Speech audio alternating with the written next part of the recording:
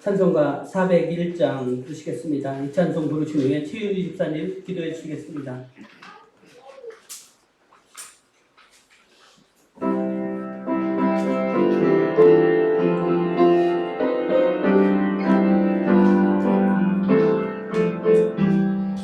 주의 곁에 있을 때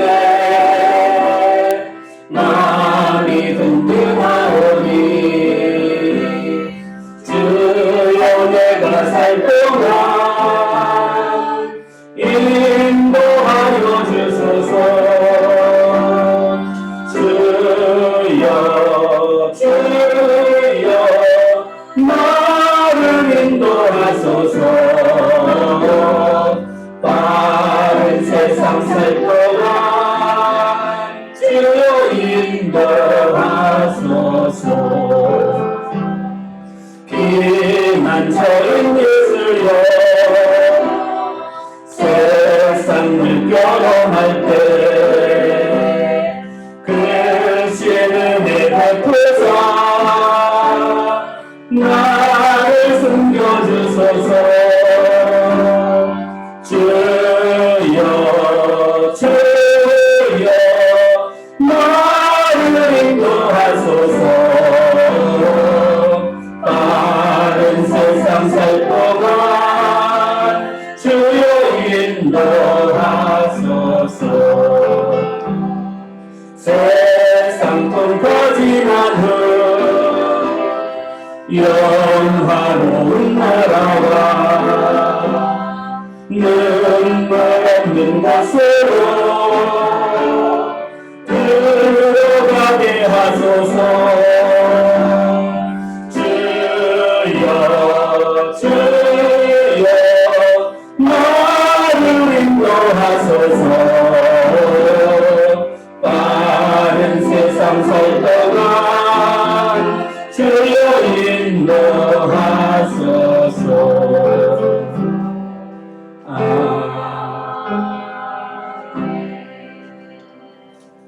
기도하시겠습니다. 주는 그리스도시요 살아계신 하나님의 아들 주님을 찬양합니다. 지금 이 시간에도 우리와 함께 살아 역사하시는 주님만을 경배합니다. 찬양받기에 합당하신 주님 홀로 영광 받으시옵소서. 이 시간 함께 모여 예배하게 하신 하나님 감사합니다. 함께 기도할 수 있는 공동체를 주시네 감사합니다. 공경할 수 있는 부모님의 건강을 허락하시네 감사하며 말씀으로 양육하여 하나님께 영광 돌리는 삶을 살아갈 자녀들을 주시네 감사합니다. 수수의 때를 허락하시네 감사하고 과실의 열매를 먹게 하시니 참으로 감사합니다. 주님, 저희는 믿음이 연약하여 늘 흔들리고 들은 말씀을 빼앗기게 있습니다. 겨자씨 하늘만한 믿음이 없음을 아버지 불쌍히 여겨 주시옵소서. 아버지, 저희는 교만합니다. 우리의 머리 되심이 하나님이 아닌 저희의 생각과 판단, 기준들로 내가 머리가 되어 살아감을 용서하여 주시옵소서. 외식하며 우리의 기준들과 다른 이들을 정죄하며 내 이웃을 사랑하라는 주님의 말씀을 알매도 나와 다른 사람들을 비난하며 사랑하지 못했습니다.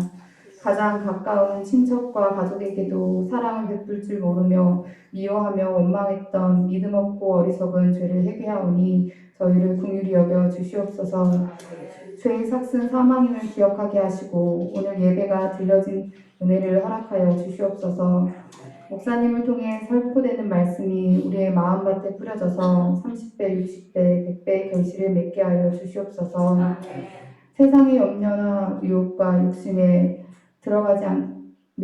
저희의 말씀이 막히지 않게 하시고 저희의 말씀이 마음밭에 새겨져서 사탄이 가져가지 못하게 말씀을 지켜주시옵소서. 아버지, 추수 때에 버려지는 가라지가 되지 않게 하시고 늘 깨어 기도하며 거룩하게 삶을 구별하는 저희 되게 하여 주시옵소서. 아버지, 받은 말씀으로 살아가게 하시고 말씀의 언어들로 우리의 입술을 채워 주시옵소서.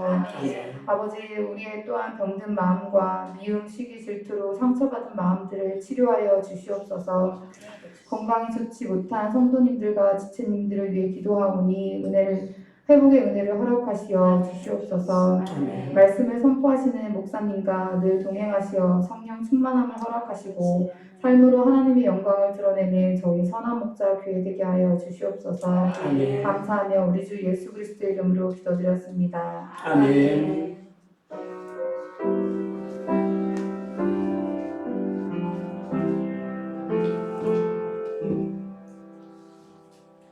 오늘 함께 보실 하나님의 말씀 마가복음 4장 1절로 41절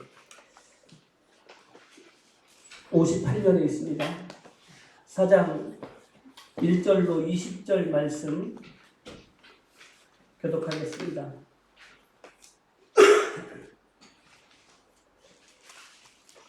예수께서 다시 바닷가에서 가르치시니 큰 무리가 모여들거늘 예수께서 바다에 떠 있는 배에 올라앉으시고 온 무리는 바닷가 육지에 있더라. 예수께서 앉으시는 가르치시는 중에 들으라. 씨를 뿌리는 자가 뿌리러 나가서 더러는 흙이 얇은 돌밭에 떨어짐에 흙이 굳지 아니하므로 곧 싹이 나오나 더러는 가시떨기에 떨어짐에 가시가 자라 기운을 막음으로 결실하지 못하였고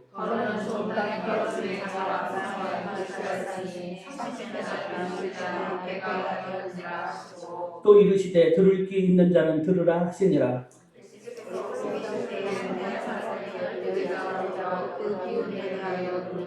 이르시되 하나님 나라의 비밀을 너희에게는 주었으나 외인에게는 모든 것을 비유로 하나니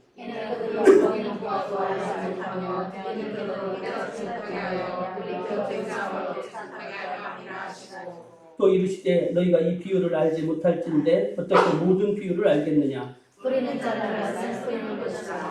말씀이 길가에 뿌려졌다는 것은 이들을 가리킴이니 곧 말씀을 들었을 때에 사탄이 즉시 와서 그들에게 뿌려진 말씀을 빼앗는 것이요.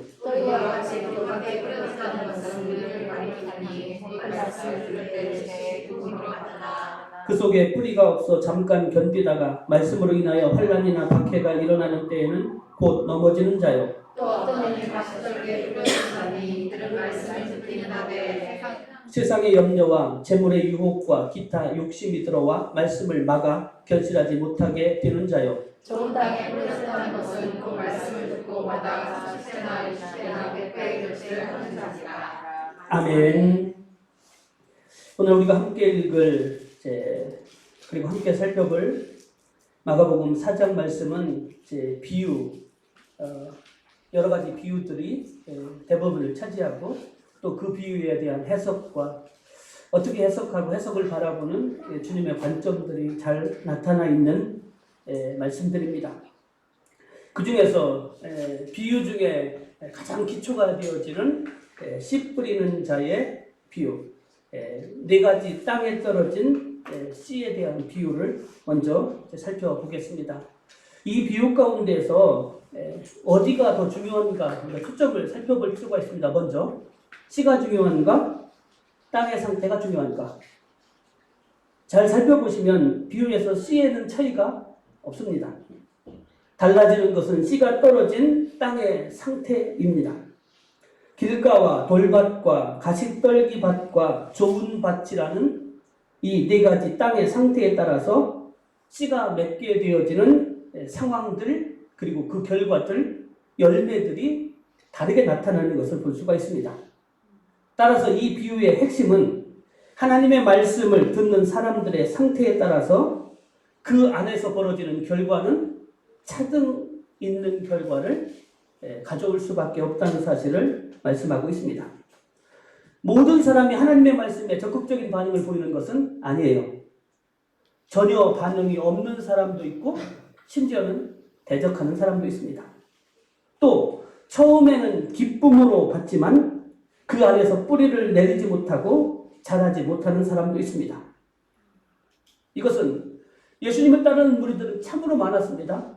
그러나 저들에게서 누구에게는 하나님의 자녀로서 믿음 있는 자녀로 자라간 사람이 있는가 하면 인기만 쫓다가 흩어진 사람들, 예수님을 따랐다가도 배반하는 사람들, 다양한 형태의 반응들이 나올 수밖에 없는 이유들을 오늘 이 비유 속에서도 살펴볼 수가 있습니다. 이 비유에서 돌밭이 환난이나 고난을, 가시떨기밭이 세상의 염려와 재물의 유혹, 다른 욕심들을 의미한다고 할 때 우리들이 어떻게 고난을 극복할 것인지, 어떻게 세상에 대한 염려와 재물의 유혹을 이기고 열매를 맺을지가 중요한 이유다, 이렇게 말할 수 있습니다. 이 비유에 대해서 10절 이하에서 주님께서 해석해 주시는 장면을 볼 수가 있습니다. 이 비유를 보면은 씨에는 능력이, 말씀에는 능력의 차이가 없다라고 말씀했어요. 그런데도 불구하고 어떤 것은 열매를 전혀 맺지 못하는 경우들이 있어요. 마치 말씀의 능력이 없는 것처럼 하나님께서 하시고자 하는 일도 하나님도 어쩔 수 없는 상황에 놓여질 수도 있음을 나타내 보여지는 것처럼 그렇게 보여질 수 있어요. 근데 그것은 전혀 아니에요. 다만 하나님의 말씀은 마치 뿌려진 씨처럼 여러 사람들, 그러니까 다양한 모든 사람들에게 뿌려진다라고, 전달된다고 말씀할 수 있어요. 그러나 그것들이 열매를 맺는 자와 맺지 못하는 자로 나뉘어지는 것은 씨 자체에 문제가 있는 것이 아니라 그 말씀을 받는 사람들의 반응, 태도에 따라 달라진다는 것들을 말씀하고 있습니다. 하도 많이 들었던 내용들입니다. 잘 알고 있는 내용이에요. 다시 한번 핵심만 간단하게, 그리고 오늘 제가 전하고 싶은 말씀의 메시지를 좀 전해드리도록 하겠습니다. 첫 번째 땅, 길가에 해당되어지는 땅이에요. 씨가 전혀 영향을 미치지 못합니다. 땅 속으로 들어가지 못하니까, 이게 핵심이에요. 땅 속으로 들어가지 못한다는 거죠. 그러니 새들이 와서 쪼아 먹든지 이것이 사탄이 와서 빼앗아 다 가버리고 말아요. 말씀이 전혀 사람들에게 영향을 끼치지 못합니다. 보아도 보지 못하고 들어도 깨닫지 못하는 사람들, 이것을 오늘 본문은 외인 이렇게 표현합니다. 구원의 은총을 누리지 못하는 사람들이에요. 여기에 잊지 마셔야 될 것은요, 대부분의 세상에 있는 사람들은 다 이 구원의 은총을 누리지 못해요. 근데 교회 안에도 이와 같은 사람이 있다는 사실을 우리가 잊으면 안 돼요. 두 번째는 돌밭입니다. 말씀을 듣고 순간적인 기쁨을 얻어요. 은혜를 받아요. 표면적인 기쁨을 맛보는 사람들이죠. 근데 그 말씀이 깊숙이 뿌리 박히지 못해요. 그러니 조그만 환난이나 고난이, 박해가 닥치면 쉽게 돌아서고 포기하는 사람들입니다. 그래서 열매를 이들도 맺지 못합니다. 돌밭의 핵심은 환난, 박해, 고난, 거기에서 견디지 못하는 경우를 의미하는 것이고, 세 번째, 가시떨기 밭입니다. 이 사람들은 말씀을 받아들입니다. 그리고 그래도 뿌리가 맺히고 그리고 줄기가 자라기 시작해요. 그런데 그 자라서 열매 맺기까지 줄기가 풍성하게 자라지 못하도록 가로막는 것이 있어요. 그게 뭐냐? 세상의 염려와 걱정, 근심. 그리고 내가 무엇을 먹고 무엇을 마실까? 재물에 대한 유혹, 기타 욕심 등으로 인해서 말씀이 자라는 것을 다 막아버려요. 그러니까 하나님의 뜻대로 말씀대로 살려고 하다가도 그 마음은 이미 다른 것들로 짓눌러 버리는 거죠. 그러니 말씀이 자라지 못합니다. 결정적인 순간에 열매를 맺지 못하게 하는 사람들이에요. 마지막 네 번째 밭은 좋은 밭입니다. 말씀을 받아 신속히 열매를 맺는 사람들입니다. 이들에게 왜 환난과 고난이 없겠어요? 이들에게 세상의 염려 근심이 없겠습니까? 그런데 그것보다 마음에 가난함이 있어요. 말씀에 대한 간급함이 있어요. 간절히 기다리는 사람들이에요. 바라던 자들이니까 그것을 소중하게 여깁니다. 환난과 박해가 와도 그것을 견디어 냅니다. 세상의 염려와 유혹, 재물들에 대한, 욕심에 대한 그것들에 휘둘리지 않아요. 그것들보다 내게 주신 말씀과 은혜가 더 소중하고 그것을 끝까지 붙들고 있어요. 그래서 이들은 귀한 열매를 맺습니다. 오늘 성경을 보시면 이 씨 뿌리는 자의 비유가 예수님의 수많은 비유들 가운데서도 가장 기초가 되는 비유라고 할 수 있어요. 여기서부터 다른 비유들의 영향력들이 나타난다라고 볼 수 있고, 그래서 그러인지 이단들도 이 비유를 통해서 참 많은 이단들이 양상되어졌고 자신들의 의견을 주장하기도 합니다. 하나님의 나라, 이 비밀을 비유를 통해서 주님께서 많이 말씀하셨는데, 그 비유의 핵심 바로 10분의 인자의 비유. 마태복음 13장의 천국의 비유도 이것으로부터 시작을 합니다. 중요한 것은 하나님의 말씀이 동일한 말씀이 듣는 사람들의 상태에 따라서, 받아들이는 저들의 태도에 따라서 전혀 영향력을 끼칠 수도 있고 그렇지 않을 수도 있고, 그리고 그 영향력이 끼치다가 다른 곳으로 셀 수도 있음을 나타내 보여주고 있어요. 말씀을 사모하는 자에게는 큰 영향력들을 끼치고 그들은 귀하고 복된 열매를 맺어서 30배, 60배, 100배의 결실을 할 수가 있어요. 그러나 그렇지 않은 사람들에게는 그 귀하고 복된 말씀도 큰 영향력을 끼치지 못할 수 있다는 사실이에요. 대상에 따라서 말씀이 끼치는 영향력이 다르다는 것이 이 비유에서 말하고 있는 핵심이에요. 거절하는 자에게는 당연히 말씀이 들어갈 수조차 없는 거죠. 소중하게 여기지 않는 사람들에게는 빼앗깁니다. 그리고 말씀보다 세상에 기우는 사람들에게는 그 잘하던 말씀도 다 허물어 버려져 가게 돼요. 외인으로 전락할 수 있어요. 그리고 이 말씀 속에, 이 비유 속에서는 우리가 하나님의 말씀대로 하나님의 뜻대로 살려고 해도 끊임없이 우리를 흔드는 외부적인 요건들은 우리 곁에 늘 있다는 사실을 잊지 말아야 돼요. 박해도 있습니다. 고난도 있습니다. 그리고 수없이 많은 유혹들도 있습니다. 그것들에 흔들리기 시작하면 우리의 믿음 방향성을 잃고, 그리고 결국 열매 맺지 못하는 자리까지 나아갈 수 있다는 사실이에요. 자, 좋은 밭은 어떤 의미에서 완벽한 좋은 밭은 없어요. 일시적으로 좋은 밭은 만들 수 있을지 모르지만 계속해서 좋은 밭은 만들어지잖아요. 여러분들 농사를 지어보신 분은 알 거예요. 좋은 밭 만들어서도요, 바람이 불어와서 먼지가 또는 가시와 덩굴과 같은 잡초들이 자랄 수 있고요, 돌이 굴러 떨어질 수도 있어요. 한 번 좋은 밭 만들었다고 그냥 내버려두면 그 밭이 계속 좋은 밭이 되지 않아요. 계속해서 갈아 엎어야 돼요. 돌은 골라내야 됩니다. 가시떨기와 잡초는 뽑아내야 돼요. 계속해서 그 과정들을 통해서 얼만큼 걸러내고 얼만큼 뽑아냈느냐에 따라서 좋은 밭의 상태를 유지할 수도 있고 또는 적게 유지할 수도 있어요. 그리고 오늘 제가 이 비유와 마태복음의 비유와 연관시켜서 핵심적으로 말씀드리는 것은, 좋은 밭이 완벽한 좋은 밭이 되지 않는 것은 설사 돌을 다 던져내고 가시덤불을 다 걷어내서 완벽한 옥토를 만들었다 할지라도 그 밭에 좋은 씨만 자라는 것이 아니라는 사실이에요. 원수가 가라지를 뿌린다는 것. 그리고 중요한 것은 밭만 아무리 깨끗하게 만들어 놓아도 그 밭에서 좋은 열매가 맺는 것은 아니라는 사실이에요. 왜요? 여러분들 귀신을 내 마음속에서 다 쫓아냈습니다. 그럼 깨끗해졌나요? 거기에 새로운 것으로 주의 말씀으로 채우지 않으면 더 많은 귀신을 데리고 가슴에 들어온다는 비유 여러분들 아시죠? 가라지는 심겨져서 추수 때까지 자랄 거예요. 내가 그 밭에 하나님의 말씀으로 제대로 뿌리를 내리고 열매를 맺고 계속해서 심어서 그 말씀이 풍성하게 자라게 하지 않는다면, 이건 계속적으로 해야 될 일이에요. 그렇지 않는다면 내 마음밭에서 깨끗해진 옥토라 할지라도, 좋은 밭이라 할지라도 가라지의 영향력들이 더 커질 수밖에 없어요.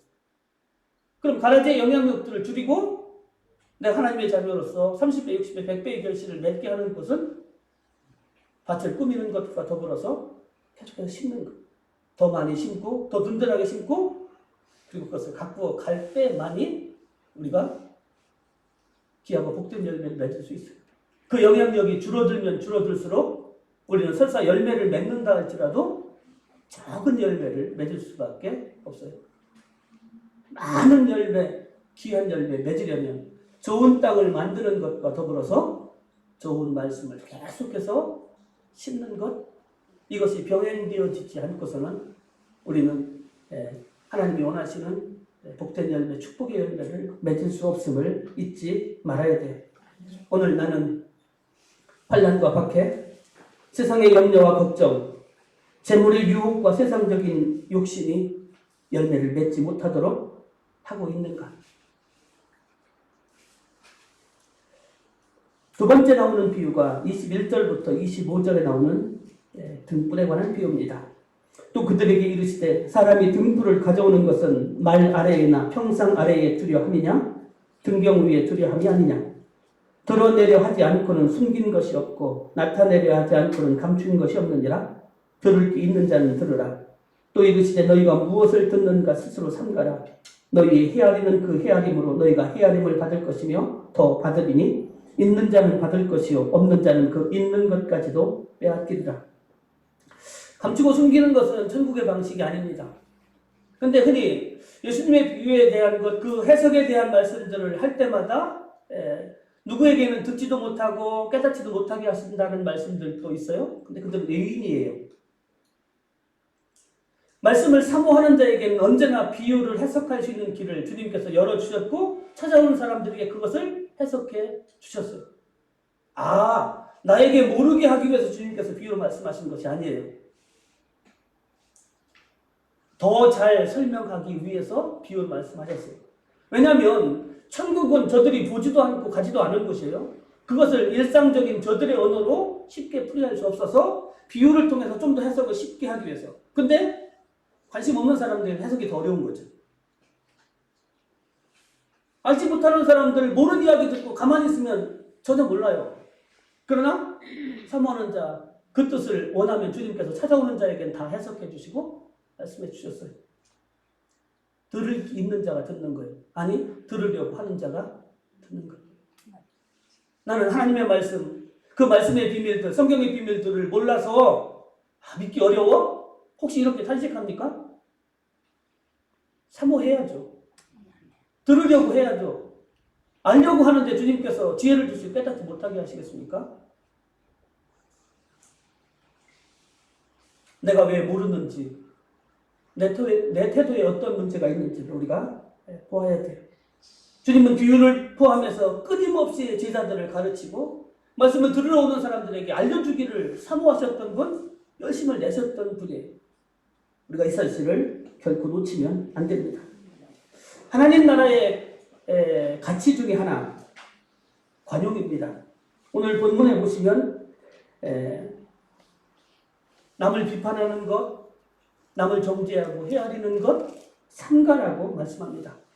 너희가 헤아리는 그 헤아림으로 우리가 도로 받을 것이라는 사실을 말씀하고 있어요. 정죄하고 비판하고 판단하는 것, 그게 하나님의 뜻 방식이 아니라 오히려 관용과 자비로 감싸주는 것, 그것이 먼저여야 합니다. 그러니까 정의와 이게 필요 없다는 의미가 아니에요. 어떤 마음으로 판단하는 것들도 있어야 되는가, 그 원칙이 무엇인지를 말씀을 하고 있습니다. 그 다음의 비유가 26절부터 29절에 나오는 자라나는 씨에 대한 비유입니다. 또 이르시되 하나님의 나라는 사람이 씨를 땅에 뿌림과 같으니 그가 밤낮 자고 깨고 하는 중에 씨가 나서 자라되 어떻게 그리 되었는지를 알지 못하느니라. 땅이 스스로 열매를 맺되 처음에는 싹이요 다음에는 이삭이요 그 다음에는 이삭에 충실한 곡식이라. 열매가 익으면 곧 낫을 대나니 이는 추수 때가 이르렀습니다. 여기 하나님 나라의 특징이 등장합니다. 뒤에도 나오는 겨자씨 비유에도 하나님 나라의 특징이 나와요. 그러면 이 자라나는 씨에 대한 비유의 하나님 나라의 특징은 일단 땅에 뿌려진 씨는 멈출 수가 없고 계속해서 자라난다는 거예요. 예수님께서 이 땅에 오심으로 복음이 시작되어졌고 그 복음은 결국 하나님 나라의 완성을 향해서 쉼없이 나아간다는 사실을 말씀해 주고 있습니다.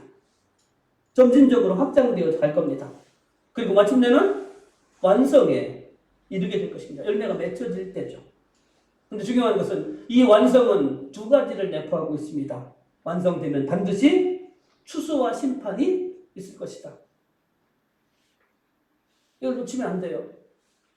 반드시 거두어서 창고에 들여지는 곡식과 그리고 불에 타버릴 곡식, 이것으로 나뉘어짐을 잊지 말라는 거죠. 30절부터 32절 겨자씨 비유를 우리가 함께 읽겠습니다. 또 이르시되, 우리가 하나님의 나라를 같이 읽습니다. 어떻게 비교하며 또 무슨 비유로 나타낼까? 겨자씨 한 알과 같으니 땅에 심길 때에는 땅 위의 모든 씨보다 작은 것이로되 심긴 후에는 자라서 모든 풀보다 커지며 큰 가지를 내나니 공중의 새들이 그 그늘에 깃들일 만큼 되느니라. 아멘. 하나님의 나라는 겨자씨 한 알. 유대인들은 가장 작은 씨를 이야기할 때 겨자씨를 얘기했어요. 그러니까 하나님의 나라의 시작은 아주 작고 보잘것없고 미미하게 시작된다라는 것을 말합니다. 예수님의 오시는 모습들, 목숨을 구하기 위해서 쫓겨다니시는 모습들 얼마나 초라해 보여요. 그러나 이 초라한 모습들만 보면 뭘 할 수 있겠어? 과연 그 하나님의 나라가 설 수 있을까? 안 될 거야. 이렇게 생각하기 쉬워요. 어쩌면 사람들은 그것을 보는지 모릅니다. 세상의 권력, 세상 나라에 비교하면 너무 보잘것없어요.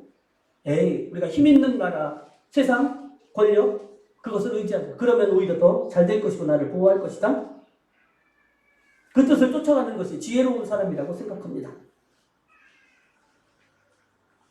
그러나 하나님의 나라는 비록 작게 시작했고 그리고 그 자라나는 것이 잘 보여지지 않는지 모르지만 아까 앞에 비유에서 보면 결국에는 확장될 겁니다.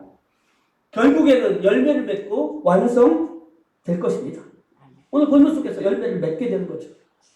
그 겨자씨 하나가 5m, 10m 그 이상 되어지는 엄청난 나무로 자라고 거기에 새들이 와서 깃들일 만큼 크게 될 거예요. 누구도 예상치 못했던 거예요. 그러나 분명한 사실은 그렇게 완성될 것이라고 성경은 우리에게 분명하게 말씀하고 있다는 사실이죠. 오늘 저와 여러분들이 놓치지 말아야 될 것이 있습니다. 현재의 씨만을 보지 않는 것. 그렇다면 세상이 더 좋아 보이고 세상을 쫓아가는 것이 현명하게 보여질 수밖에 없어요. 더 믿을만 해요. 겉만 보고 처음만 보고 후회되어지는 인생을 살지 않도록 본질을 볼 수 있는 눈을 달라고 그 완성을 향해 나아가야 될 약속의 말씀을 붙들고 그 나라를 바라보고 의지하는 사람이 되게 해달라고 우리는 그렇게 기도하면서 하나님 나라에 속한 성도로서의 삶을 날마다 살아갈 수 있어야 됩니다. 33절로 34절에 보면 예수님께서 비유로 가르치신 이유가 나옵니다. 예수께서 이러한 많은 비유로 그들이 알아들을 수 있는 대로 말씀을 가르치시되 비유가 아니면 말씀하지 아니하시고 다만 혼자 계실 때에 그 제자들에게 모든 것을 해석하시더라. 아까도 말씀드렸던 것처럼요. 예수님께서 비유를 참 많이 말씀하셨지만 비유의 목적은 숨기고 감추려는 것이 아니라는 사실이에요. 알 수 없는 개념들이기 때문에 낯선 개념들을 잘 설명하기 위해서 쉽게 접할 수 있는 비유라는 방식을 택했고 하나님의 나라는 비유가 아니면 저들에게 직접적으로 설명할 수가 없었기 때문에 그렇게 말씀하셨어요. 그러나 비유의 목적은 아주 분명합니다. 드러내시고 밝히 알게 하려는 것이었습니다. 말씀이 육신이 되어 이 땅에 오신 것도 마지막 때에 가장 명확한 성육신과 십자가로서 하나님의 뜻을 드러내시기 위하셨습니다. 그러나 오늘날 이 비유를 해석하면서 다른 곳에서는 들을 수 없고 우리가 해석하는 방법만이 옳다 이렇게 비유를 숨기고 해석하는 무리들이 참 많습니다. 성경의 기본을 모르고 있는 사람들이죠. 이단들의 특징이라고 말할 수 있습니다. 거기 가서야만 들을 수 있고 그들의 해석만이 옳고 그리고 그들을 따르는 것이 진리를 성공을 얻는다라고 말하는 곳 가지 말고 그 말 듣지 말고 그들 쫓아가면 안 돼요. 오늘 마지막 단락 35절부터 41절. 그날 저물 때에 제자들에게 이르시되 우리가 저편으로 건너가자 하시니 그들이 무리를 떠나 예수를 배에 계신 그대로 모시고 가매 다른 배들도 함께 하더니 큰 광풍이 일어나며 물결에 배에 부딪혀 들어와 배에 가득하게 되었더라. 예수께서는 고물에서 베개를 비고 주무시더니 제자들이 깨우며 이르되 선생님이 여기가 죽게 된 것을 돌보지 아니하시나이까 하니 예수께서 깨어 바람을 꾸짖으시며 바다더러 이르시되 잠잠하라 고요하라 하시니 바람이 그치고 아주 잔잔하여지더라. 이에 제자들에게 이르시되 어찌하여 이렇게 무서워하느냐 너희가 어찌 믿음이 없느냐 하시니 그들이 심히 두려워하여 서로 말하되 그가 누구이기에 바람과 바다도 순종하는가 하였더라. 예수님께서는 낮에 사역을 하시고 밤에는 반대편으로 주로 가실 때 배를 이용해서 갈릴리 바다로 나가셨거든요. 그날도 예수님께서 배를 타고 가십니다. 피곤하셨기에 배 뒤편에서 주무시고 있었고 어부들이었던 제자들이 배를 얼마나 잘 몰고서 갔겠어요? 그런데 바다에서 잔뼈가 굵은 어부들조차도 감당할 수 없는 큰 풍랑이 그 배에 그 밤에 몰아칩니다. 배에는 출렁입니다. 조정할 수 없을 만큼. 그 정도였으면 배에 물이 넘치고 사정없이 요동했을 거예요. 생각해 보십시오. 그 환경에서 예수님이 어떻게 잠을 깨지 않고 주무시고 계셨을까? 너무 피곤하셔서 그 상황에서도 주무실 수도 있다 이렇게 생각할 수도 있고요. 또 한 가지 상황은 이런 상황에서 제자들이라면 어떻게 행동할까 지켜보기 위해서 주무시는 척 하셨을 수도 있었을 거예요. 자, 그런데 결론부터 말하면 아직 제자들의 믿음은 주님을 믿고 의지할 만큼 되지 않았어요. 그리고 이 사건을 계기로 제자들은 예수님이 어떤 분이신지를 분명하게 알게 되었고 바람과 바다도 꾸짖으시면 그 권세에 순종하는 분.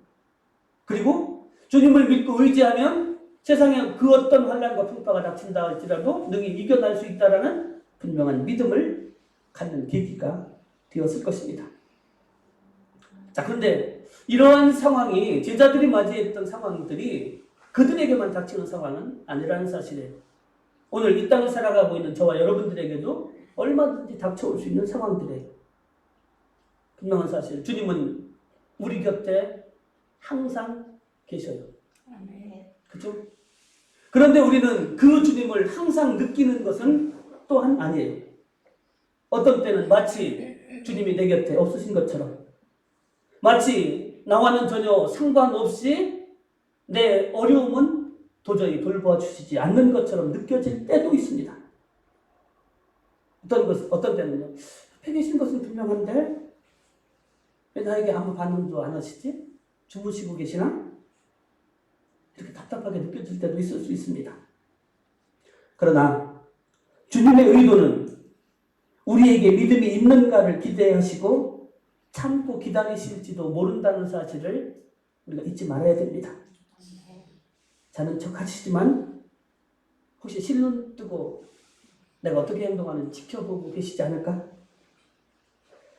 우리는 제자들처럼 보통 그런 상황에 닥치면 내가 주님을 믿고 의지하고 주님 앞에 나아가기보다는 먼저 곁에 계신 주님을 찾아가서 흔들어 깨우는 것부터 하려고 하지 않습니까?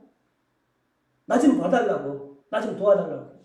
내가 먼저 헤쳐나가려고 기도하고 애쓰기보다는 먼저 급한 대로 손을 뻗치는 것부터 이것부터 하지 않는다는 얘기. 우리의 믿음이 좀 더 자라면 자랄수록 환난과 어려움이 닥친다 할지라도 아무 일도 없는 것처럼 태평하게 우리의 믿음만을 가지고 주님만 의지하면서 기다릴 수 있는 성숙한 믿음의 자세를 우리도 점점 갖추어 가야 되지 않을까요? 내가 행하지 않으면, 내가 굳이 주님을 찾지 않으면, 그렇다고 해서 주님께서 배가 뒤집혀서 우리가 바다에 빠지도록 내버려 두시는 분이 아니세요. 주님께서 먼저 일어나셔서 우리를 회복하게 하실 분이에요. 우리는 먼저 늘 다급해서 내가 먼저 막 이리저리 요동합니다. 그렇지 않고 견딜 수 있다면 주님께서 먼저 일하시는, 이 녀석 믿음 봐라. 나보고 행하라고 내가 행할 때까지 기다리네. 이 정도 믿음의 모습까지 잘할 수 있다면 얼마나 좋을까. 주님을 먼저 움직이게 하실 수 있을 만큼의 성숙된 믿음의 자세로 우리가 점점 나아가야 되지 않을까요? 사랑하는 성도 여러분, 우리의 신앙생활은 길가와 같이 하나님의 말씀을 들어도 믿지 못하는, 구원의 은혜를 맛보지 못하는 상태에서 출발했습니다. 내가 내 노력으로 하나님의 자녀가 될 수 없었다는 사실이에요. 듣지 못하고 깨닫지 못하니까 나는 내 힘만으로는 구원의 은총을 맛볼 수가 없었어요. 주님께서 그것을 깨뜨리셨어요. 부서뜨려서 우리에게 말씀을 심어서 예수를 주라고 고백할 수 있는 은혜를 맛보고 구원의 은총을 누릴 수 있었어요. 아직은 돌밭과도 같습니다. 조금만 환란이 와도 늘 흔들립니다. 가시떨기와도 같아요. 세상의 염려 다 끌어안고 그것에 몸부림치면서도 남들도 그렇게 살지 않느냐? 구원의 은혜와 구원의 기쁨도 다 놓쳐버리고 세상 사람들과 똑같이 살아가면서도 수없이 많은 유혹 앞에 흔들리는 것이 우리의 모습일 때가 참 많아요. 그러니 신앙생활의 기쁨, 주님으로부터 내게 받은 은혜와 기쁨들 다 놓쳐버리고 빼앗겨버리지 못하죠. 그렇게 되었어요. 열매를 맺지 못하죠. 내가 왜 열매가 없는지, 이렇게 오랜 동안 신앙생활 했는데 열매가 없는 이유가 뭔지 근본적으로 한번 돌아보아야죠. 좀 늦었지만 그러나 이제 내 마음속에서 돌들을 하나하나 건져내야 되지 않을까요? 일단 작은 돌들부터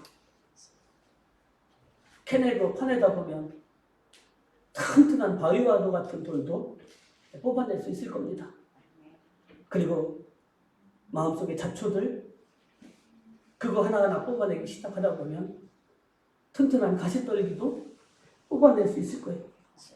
그래서 우리의 마음밭을 어떤 하나님의 말씀이 떨어지더라도 깊이 뿌리 박혀서 그 말씀이 풍성하게 자랄 수 있는 상태로 좋은 밭으로 점점 만들어 가는 거죠.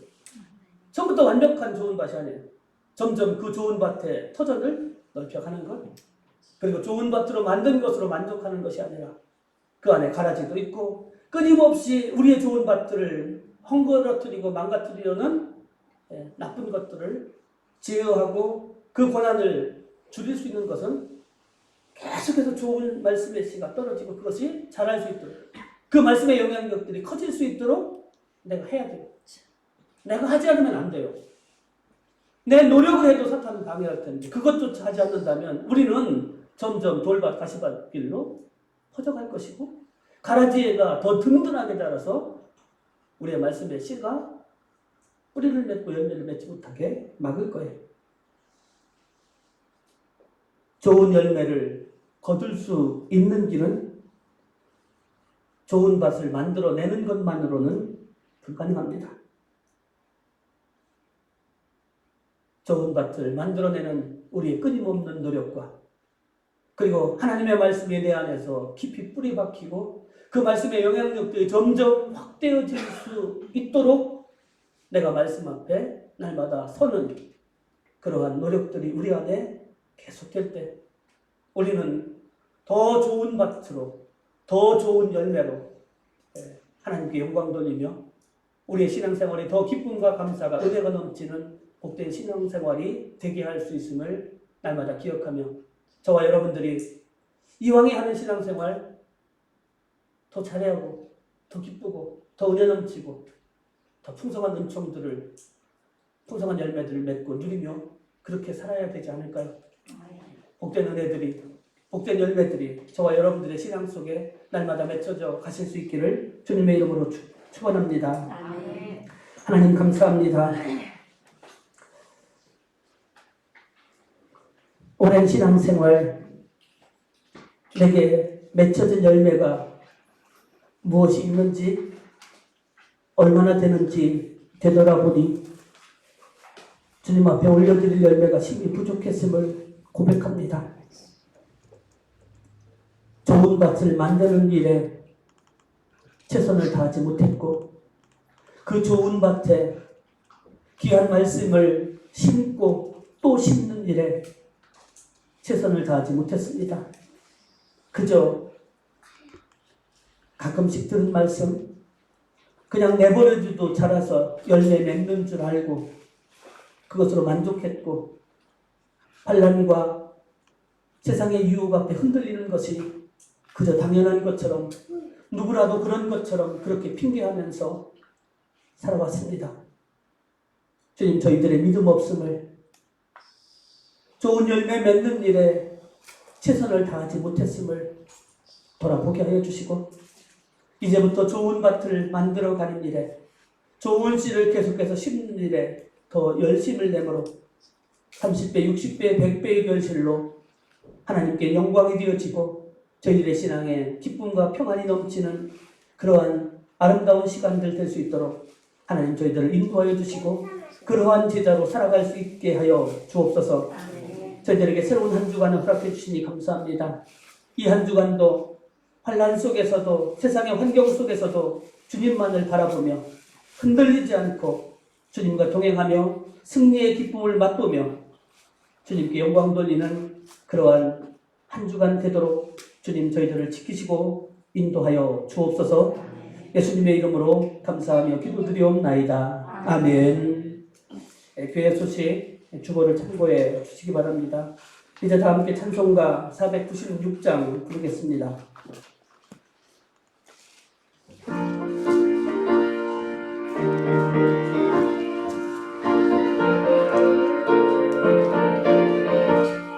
새벽부터 우리 사랑함으로써 서로까지 심을 불러봅시다.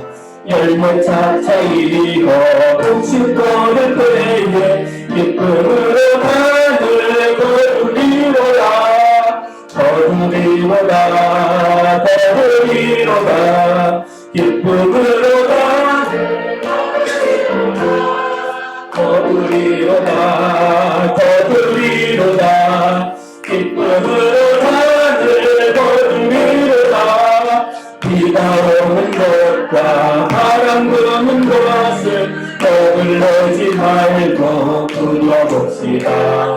일을 맞춰놓고 복식 거둘 때에 기쁨으로 하늘 거두리로다. 거두리로다 거두리로다 기쁨으로 하늘 거두리로다. 거두리로다 거두리로다 기쁨으로 하늘 거두리로다. 씨를 거둘 때에 나지 아니할까 염려하며 신기했달지라도 나중 예수께서 칭찬하시니 기쁨으로 하늘 거두리로다. 거두리로다 거두리로다 기쁨으로 하늘 거두리로다. 거두리로다 거두리로다 기쁨으로 하늘 거두리로다.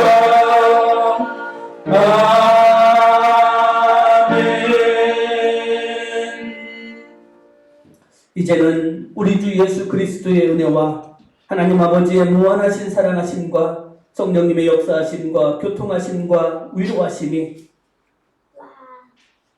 좋은 밭 만들어가며 좋은 씨앗을 심고 뿌리고 가꾸는데 더 열심을 내므로 하나님 앞에 드려질 귀한 복된 열매 30배, 60배로 거두어 함께 기뻐하며 함께 영광 돌리며 풍성한 삶 날마다 누리길 원하는 선한 목자교회 모든 심령들 머리 위에 이제로부터 영원까지 함께 하옵시기를 축원하옵나이다.